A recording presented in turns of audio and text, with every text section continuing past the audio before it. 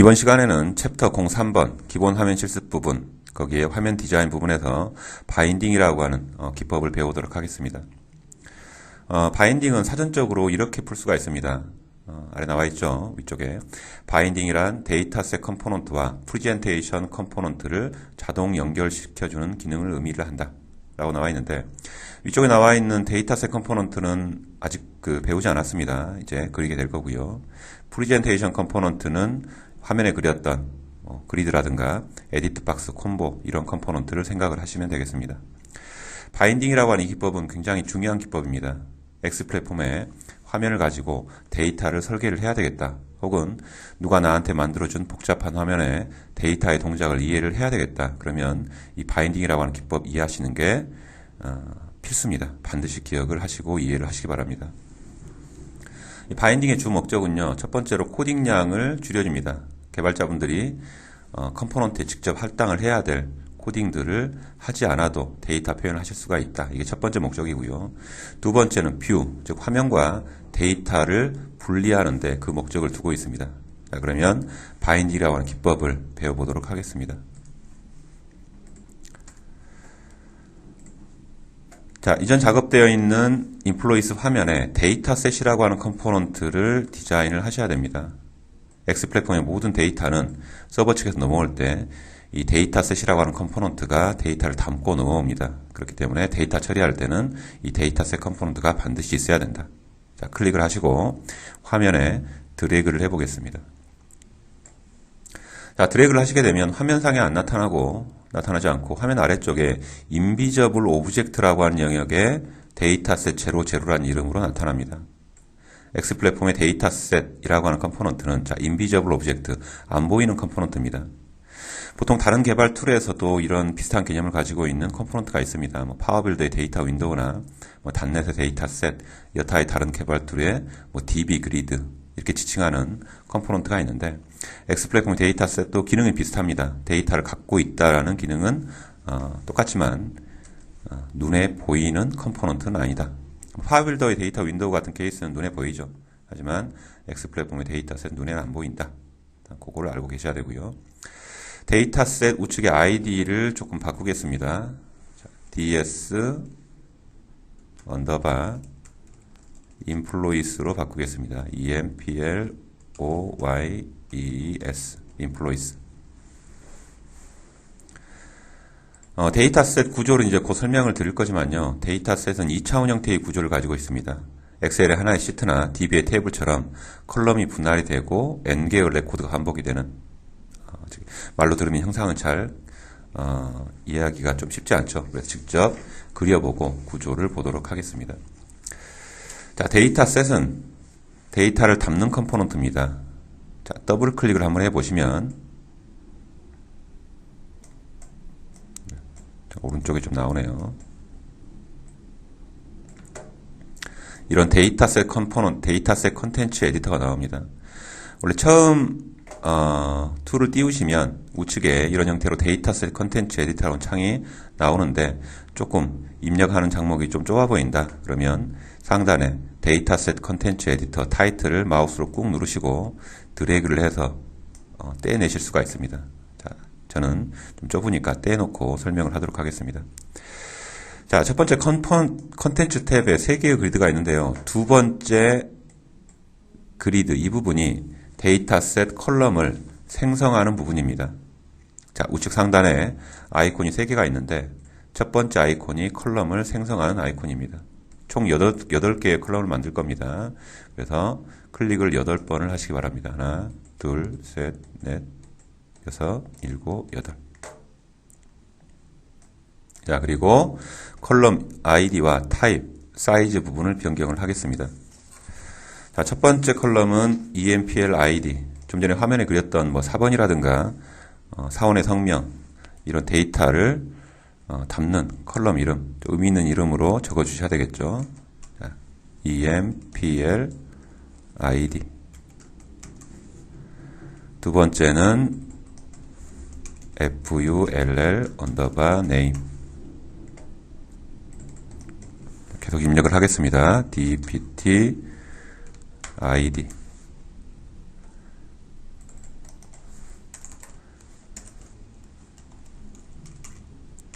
hire date.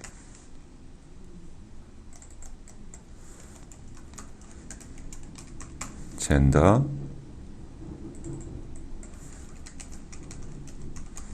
married, salary, 마지막으로 empl 언더바 memo. 자, 이렇게 입력을 하겠습니다.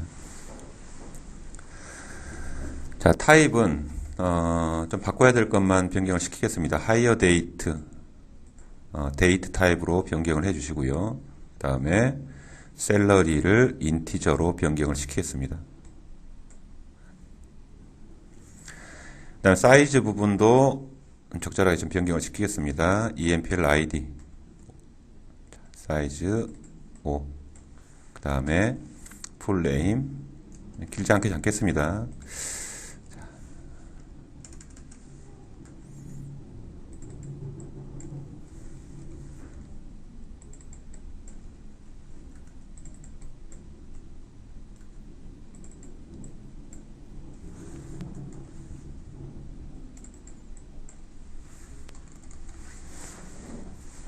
자, 입력을 하시고요.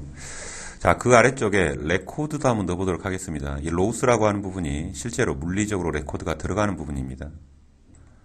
조금 있다가 이 다음 이제 서버 측 서비스를 만들고 서버 쪽 서비스를 확인을 하고 서비스로 호출을 하게 되면 실제로 서버 사이드에 서버 쪽에 데이터가 이렇게 이제 들어오게 될 건데요. 바인딩이라고 하는 기법을 설명하기 위해서는 통신하기 전에 데이터가 좀 먼저 있어야 됩니다. 그래서 뒤에 데이터를 다시 가지고 올 거지만 바인딩 기능을 설명하기 위해서 레코드를 미리 좀 넣어보도록 하겠습니다. 하나, 둘, 3개 정도만 넣어보도록 하겠습니다.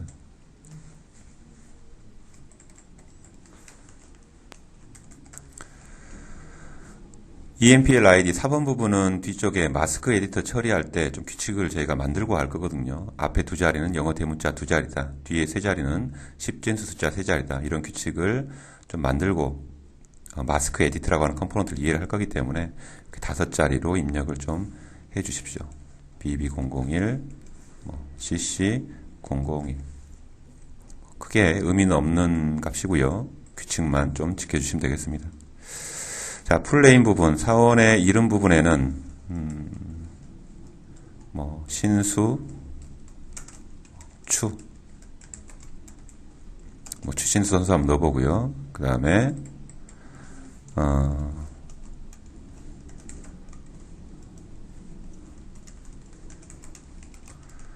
연아, 김연아 선수 한번 넣어보고, 그 다음에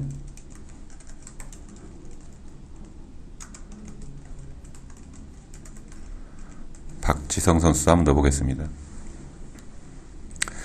DPT 코드는 뒤쪽에 좀 규칙을 얘기하고 할 겁니다. 콤보를 만들 때 콤보라고 하는 컴포넌트와 룩업 기능을 좀 설명하기 위해서 코드 값으로 넣도록 하겠습니다.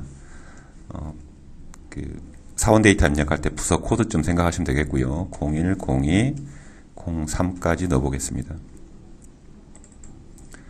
자, 하이어 데이트, 입사일자, 날짜 포맷으로 8자리를 넣겠습니다. 그렇게 중요한 날짜는 아니니까요. 캘린더 표현만 확인하기 위해서 날짜 형식의 데이터만 넣겠습니다. 크게 의미는 없는 숫자입니다. 그분들의 생일도 아니고.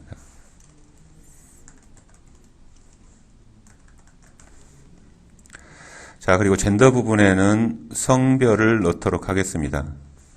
이것도 약속을 만들고 하는 코드인데요. 뒤쪽에 라디오를 만들 때 남자는 대문자 M으로, 여자는 대문자 W로 표현을 해볼 거기 때문에 거기 뒤쪽에 나오는 규칙에 맞춰서 입력을 하도록 하겠습니다. 자, 메리드는 체크박스에 표현을 할 겁니다. 그래서 불리언 값으로 적어주도록 할게요. 결혼을 했다,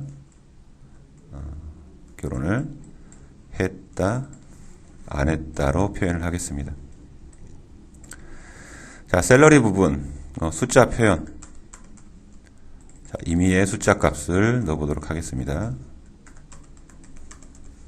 그리고 EMPL 메모에는 간단한 텍스트, 사원에 좀 전에 메모 부분이 있었죠. 그 부분에 간단하게 텍스트 확인만 하도록 넣어보도록 하겠습니다.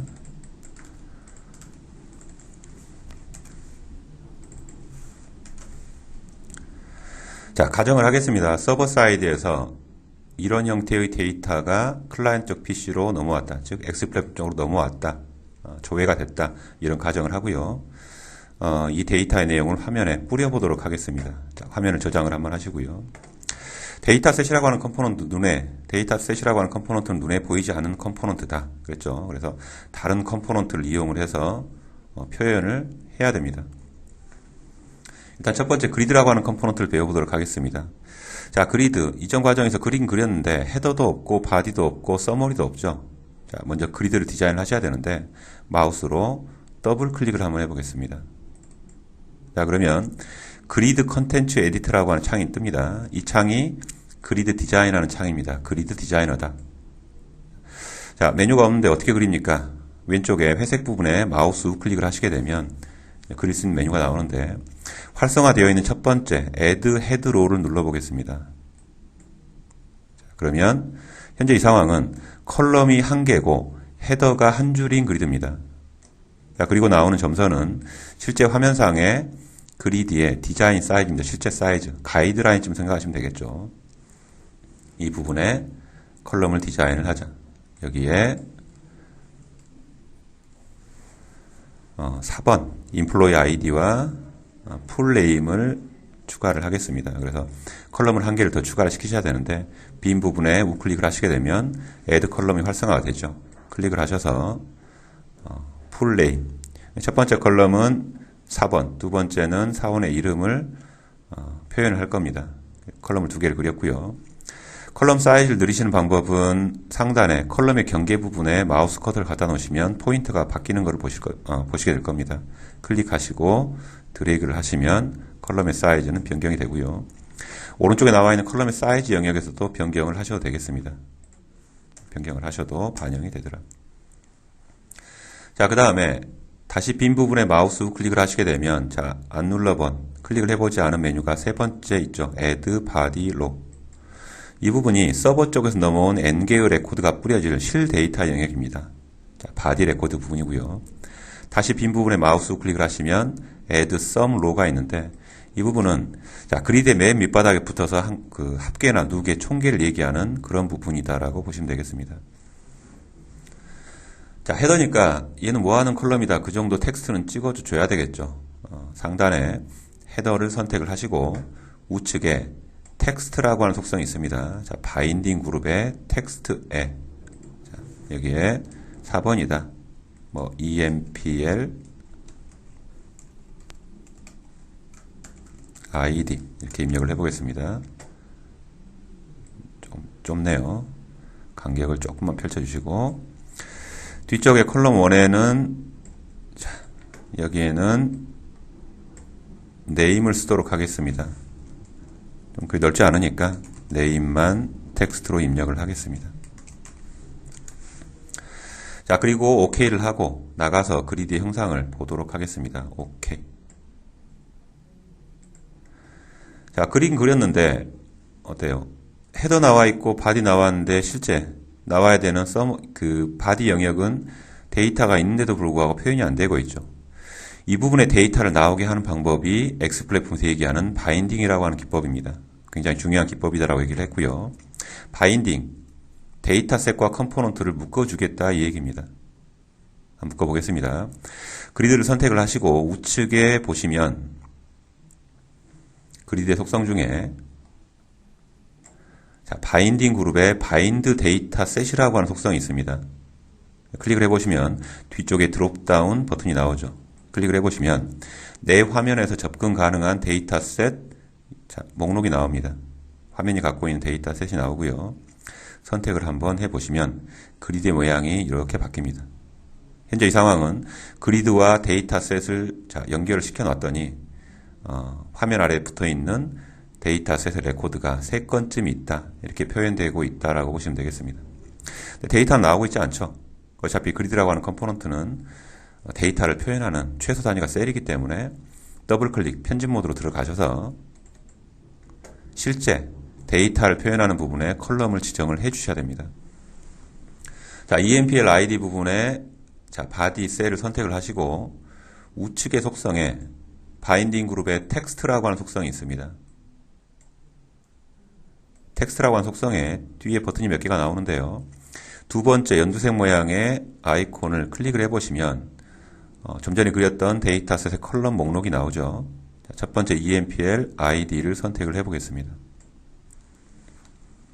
이 방법은 바인딩된 데이터셋 ds_employees의 EMPL ID라고 하는 컬럼을 이 셀에 연결을 시켜주겠다는 얘기입니다.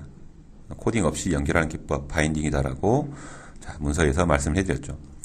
두 번째 네임 부분 바디를 선택을 하시고 이 부분에는 사원의 이름을 지정을 하겠습니다. 같은 방법으로 자, 텍스트라고 하는 속성의 연두색 모양 아이콘 그럼 역시 밖에서 연결한 데이터셋이 가지고 있는 컬럼이 나오는데 풀 네임을 선택을 해보겠습니다. 자, 그리고 OK를 해보시면 자, 그리드의 모양이 바뀌었죠. 자, 요게 바인딩입니다. 직접 코딩을 통해서 셀에 텍스트를 표현하는 게 아니고 데이터를 품고 있는 데이터셋과 컴포넌트를 연결을 시켜서 데이터를 보여주게 하는 방식. 좀 전에 파워포인트에서 보셨던 것처럼 코딩량을 많이 줄여주는 그런 기능으로 볼 수가 있겠죠. 자, 그리고 이 오른쪽에 나와 있는 컴포넌트들에도 데이터를 바인딩을 시키겠습니다. 보통 이런 식의 화면들은 동작이 이렇게 되죠. 왼쪽에 리스트 형태의 컴포넌트가 있고 레코드의 위치를 사용자 클릭을 통해서 바꾸면 오른쪽에 입력령 컴포넌트에도 값이 바뀌는 뭐 그런 형태의 UI가 이런 화면들의 전형적인 데이터 동작이죠. 이 부분도 그리드처럼 코딩 없이 뭐 .value, .text 이런 할당하는 코딩이 없이 바인딩 기법으로 데이터 표현을 풀어보도록 하겠습니다. 자, 풀네임 오른쪽에 에디트 박스를 선택을 하시고요. 속성창을 자, 다섯 번째 아이콘, 속성창의 다섯 번째 아이콘을 클릭을 해보겠습니다. 앞쪽에 나와 있는 4개의 아이콘은 이전 수업 내용까지 다 배웠는데 바인딩 정보창은 뒤쪽에 제가 설명드린다고 계속 미뤄왔죠. 이 창을 보도록 하겠습니다. 자, 속성하고 리스트가 거의 비슷합니다. 근데 바인딩 정보창입니다. 에디트 박스에 이런 속성들이 있는데 이 속성들 또한 바인딩이라고 하는 기법을 통해서 처리할 수 있다.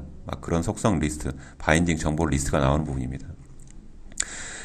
보통 에디트 박스 이런 값을 표현할 때는 value라고 하는 속성 표현을 합니다. value는 값을 보여주거나 편집할 수 있도록 연결할 때 쓰는 속성이고요. appearance 속성 그룹의 value 속성을 클릭을 해보시면 뒤에 콤보가 2개가 나옵니다. 자, 첫 번째 콤보는 이 에디트 박스에 특정한 데이터를 뿌리게 될 건데 어느 데이터셋 컬럼을 쓸 거냐 그 얘기입니다. 그래서 하나밖에 없죠. ds_employee를 선택을 하시고 두 번째 콤보는 앞쪽에서 선택한 데이터셋이 가지고 있는 컬럼 목록이 나옵니다. 자, 여기에 풀네임을 선택을 해보겠습니다. 자, 그리고 일단 나머지 컴포넌트를 지정을 하시기 전에 화면을 저장을 하시고 실제로 동작 표현이 그렇게 되는지 확인을 한번 해보도록 하겠습니다. 화면을 실행을 해보도록 하겠습니다. 컨트롤 F6 혹은 상단에 퀵뷰 아이콘을 클릭을 하겠습니다. 자, 화면이 실행이 됐고, 자, 그리드는 바인딩 표현을 해놨습니다. 클릭을 통해서 레코드의 위치를 바꿨더니 오른쪽에 나오는 자, 에디트 박스에도, 에디트에도 네임이 바뀌어 보이는 것을 확인하실 수가 있죠. 자, 이런 동작들도 역시나 바인딩이라고 하는 기법입니다. 그래서 문서에서 말씀드렸다시피 바인딩 기법이 이해가 되셔야 X 플랫폼의 데이터의 동작을 이해를 하실 수가 있고 설계를 하실 수가 있습니다. 굉장히 중요한 기법이 되겠죠. 자, 같은 방법으로 나머지 컴포넌트도 쭉 세팅을 하도록 하겠습니다. 자, 컨트롤 키를 누르시고요. 좀 약간 다른 방법으로 한꺼번에 데이터셋 지정을 하겠습니다. 컨트롤 키를 누르시고 클릭을 통해서 에디트 박스 이외의 입력용 컴포넌트만 선택을 하시게 되면 한꺼번에 이런 바인딩 정보를 지정할 수가 있습니다. 전부 다 ds 언더바 인플로이스라고 하는 하나의 데이터셋을 봐야 되기 때문에 자, 어피어런스 속성 그룹의 밸류의 첫 번째 콤보에서 ds 언더바 인플로이스를 선택을 합니다. 지금 컬럼 지정하시면 안 되겠죠. 각각 다른 컬럼들을 연결해야 되니까. 그래서 데이터셋 연결 끝났으면 화면 빈 부분을 클릭을 하셔서 선택 해제를 합니다. 그럼 이제 컬럼만 지정하시면 되겠죠. 자, employee ID 컬럼 지정을 했고 뒤쪽에 클릭을 하셔서 자, empl id를 지정을 하겠습니다. 같은 방식으로 캘린더 하이어 데이트에 하이어 언더바 데이트 컬럼 그 다음에 체크박스에는 메리죠. MARRIED. 자, 셀러리 마스크 에디트에 SALARY. 그 다음에 젠더. 레디오에 젠더라고 하는 컬럼. DPTID. 콤보에 DPTID. 마지막으로 메모에는 EMPL 메모라고 하는 컬럼을 지정을 하겠습니다. EMPL 메모. 맨 아래 있죠. 자, 저장을 하시고, 정상적으로 나머지 컴포넌트가 동작이 되는지를 확인을 해 보겠습니다. 자, 실행을 다시 한번 눌러주시고, 레코드의 위치를 바꿔보면, 자, 일단 반응을 하는 컴포넌트가 있고, 또 그렇지 않은 컴포넌트가 있습니다. 일단 EMPL ID 반응 안 하고요. 하이어 데이트도 보통 업무용 화면에서 이런 요일 표현들은 잘 안 쓰죠. 이 부분도 약간 수정을 하게 될 거고요. 셀러리는 숫자인데도 불구하고 왼쪽에 붙어 있습니다. 그래서 천 단위 콤만 나와 있지 않고 좀 수정을 할 거고요. 그 다음에 젠더, 레디오도 연결은 시켰는데 아무 표현도 되지 않고 있습니다. 이 부분도 수정을 할 거고 DPTID 자, 콤보도 반응을 안 하고 있죠. 수정을 하겠습니다. 자, 정상적으로 반응하지 않은 컴포넌트를 변경을 해서 표현을 해보도록 하겠습니다. 자, 속성 아이콘을 누릅니다. 프로퍼티 창이 이렇게 바인딩 정보 창하고 속성 창의 내용이 비슷하기 때문에 약간 헷갈립니다. 그래서 헷갈리지 않은 방법은 제가 설명을 이전에 해드렸고요. 자, 속성 창 세 번째 아이콘을 클릭을 합니다. Employee ID에 자, 마스크 에디트라고 하는 컴포넌트 썼는데요. 마스크 에디터를 쓰실 때는 가장 먼저 여기에 들어와야 될 레코드의 형태를 보셔야 됩니다. 자, EMPL ID에 자, 앞에 두 자리는 영어 대문자 두 자리, 뒤에 세 자리는 숫자 세 자리. 자, 이런 규칙을 우리가 만들어 놓고 시작을 했죠. 데이터가 확인이 끝나셨으면 그 다음 보셔야 될 속성이 타입이라고 하는 속성입니다. 타입이 넘버죠. 뭐 16진수로 4번을 따는 회사는 없을 테니까 넘버를 자, 스트링으로 변경을 해 주셔야 됩니다. 자, 그리고 입출력 제어하는 캐릭터를 마스크라고 하는 속성에 입력을 하셔야 됩니다. 사용자가 데이터를 입력을 하게 되는데 앞에 두 자리 입력을 할 때는 영어 대문자 이외의 것들은 절대 들어와서는 안 되겠죠. 그 다음에 뒤에 세 자리는 반드시 10진수 숫자 세 자리만 들어와야 된다. 자, 이런 코드가 도움말에도 리스트가 나와 있습니다. 일단 도움말을 잠깐 좀 보도록 할까요? 헬프 F1 키를 누르시면 도움말이 나오는데 자, 도움말의 컴포넌트 레퍼런스의 바이너리 컴포넌트에 마스크 에디트에 프로퍼티에 자, 마스크라고 하는 속성이 있습니다. 클릭을 하시고 아래쪽 중간쯤 보시면 리마크 부분에 자, 이런 마스크 문자들이 있죠. 일단 우리는 우리한테 필요한 캐릭터만 확인하고 가도록 하겠습니다. 대문자 A를 쓰게 되면 그 자리에는 대문자 알파벳만 입출력이 됩니다. 그 다음에 샵이라고 하는 기호를 쓰게 되면 10진 숫자만 입출력을 하게 할 수가 있습니다. 자, 이 두 캐릭터를 입력을 해보도록 하겠습니다. 마스크의 앞에 두 자리는 영어 대문자 두 자리 AA 자, 구분자 답 넣어볼까요? 하이픈 그 다음에 뒤에는 10진수 숫자 세 자리를 넣겠다. 자, 샵을 세 개를 입력을 하게 되면 마스크 에디터는 완성이 되고요. 그 다음에 하이어 데이트는 좀 전에 뒤에 요일이 나와 있었죠. 업무용 화면에서 요일 많이 안 쓰기 때문에 빼도록 하겠습니다. 우측에 MIS 그룹 자, 가보시면 데이트 포맷과 에디트 포맷이 있습니다. 캘린더를 쓰시게 되면 우리가 이런 속성 두 개를 자주 만지게 됩니다. 앞에 나와 있는 위쪽에 나와 있는 데이트 포맷은 뷰 포맷입니다. 날짜를 이런 형태로 보여주겠다. 자, D 세 개를 빼게 되면 요일 표현이 안 됩니다. 제거를 하겠습니다. 자, 그 다음에 에디트 포맷은 편집 포맷입니다. 데이트 포맷이 뷰 포맷이고 에디트 포맷은 편집 포맷이다. 사용자가 값을 입력할 때 입력 포맷을 얘기를 합니다. 이따가 다른 동작을 확인하기 위해서 하이픈을 빼보겠습니다.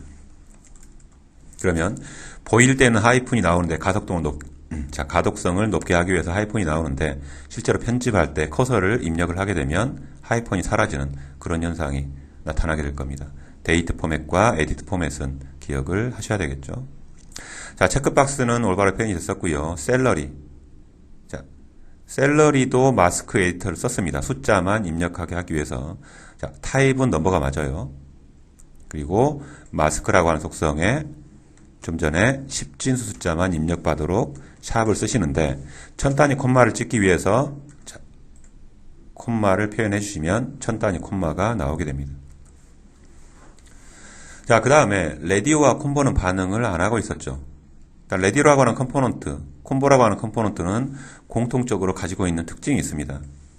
자, 레디오는 누가 나한테 이 컴포넌트에 코드나 밸류를 던져주기 전에 코드성 데이터를 미리 준비를 하고 있어야 되죠. 레디오 버튼을 여러 개를 준비를 하고 있고 그 다음에 값이 할당이 되면 까만 점을 찍어줘야 되죠. 이렇게. 그래서 코드성 데이터가 필요한 컴포넌트입니다. 레디오도 마찬가지고 콤보도 마찬가지고. 자, 이 코드성 데이터를 세팅하는 방법, 자, 두 가지가 있는데요. 그 방법을 한번 해보도록 하겠습니다. 레디오를 선택을 하시고 바인딩 그룹에 가보시면, 자, 속성의 바인딩 그룹에 가보시면 이너 데이터 셋이라고 하는 속성이 있습니다. 클릭을 해보시면 뒤쪽에 자, 점이 3개 붙은 버튼과 드롭다운 버튼이 있죠. 자, 두 가지 방법이 있다는 얘기고요. 자, 하나씩 해보도록 하겠습니다. 첫 번째, 자, 점 3개 붙어 있는 버튼 클릭. 자, 그러면 코드성 데이터를 입력하는 창이 나옵니다. 우측 상단에 첫 번째 아이콘을 클릭을 2번을 하셔서 코드성 데이터를 입력해 보도록 하겠습니다. 사원 데이터와 매핑을 해봐야 되기 때문에 좀 전에 젠더라고 하는 컬럼에 넣어놨던 그 값 똑같은 코드로 입력을 하겠습니다. 여자는 대문자 W고 남자는 대문자 M으로 보겠다. 여자, 자, 남자로 입력을 하겠습니다. 자, 그리고 OK를 해보겠습니다. 자, 표현은 되죠.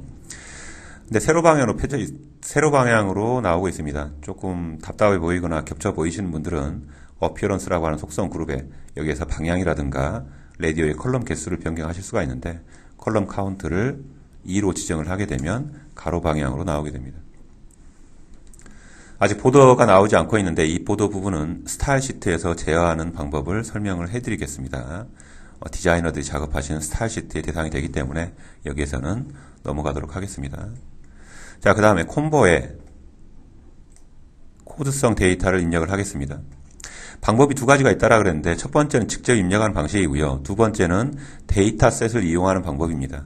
그래서 자, 데이터셋을 만들어서 처리를 해보도록 하겠습니다.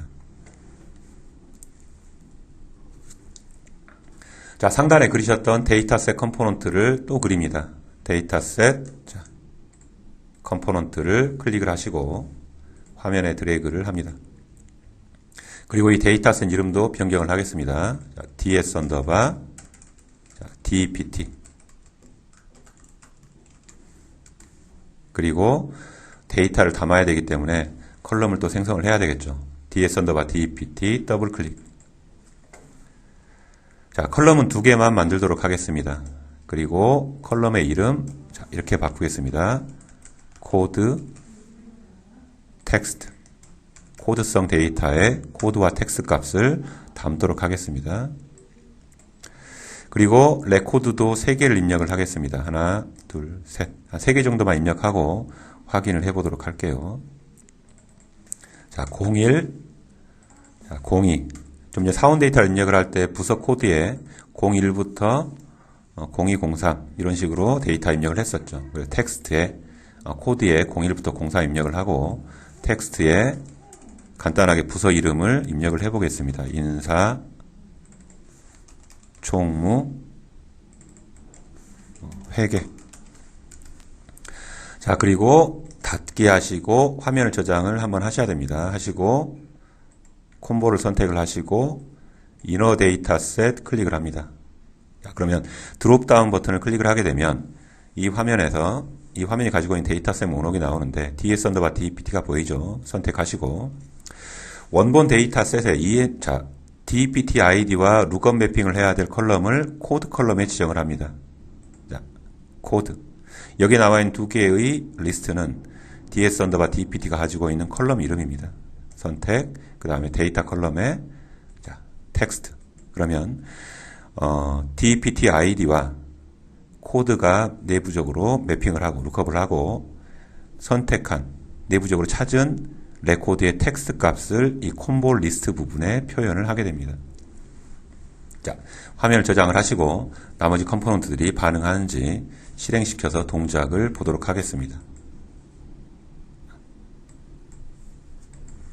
나머지 컴포넌트들이 전부 다 현재 동작이 되고 있죠. 약간 마음에 안 드는 지금 셀러리 부분의 왼쪽 정렬이라든가 그 다음에 그 라디오의 보더 같은 타입들은 스타일 시트에서 제어하는 기법들을 얘기를 하도록 하겠습니다. 자, 여기까지 챕터 3번 기본 화면 실습의 화면 디자인 부분의 바인딩이라고 하는 기법을 설명을 마치도록 하겠습니다.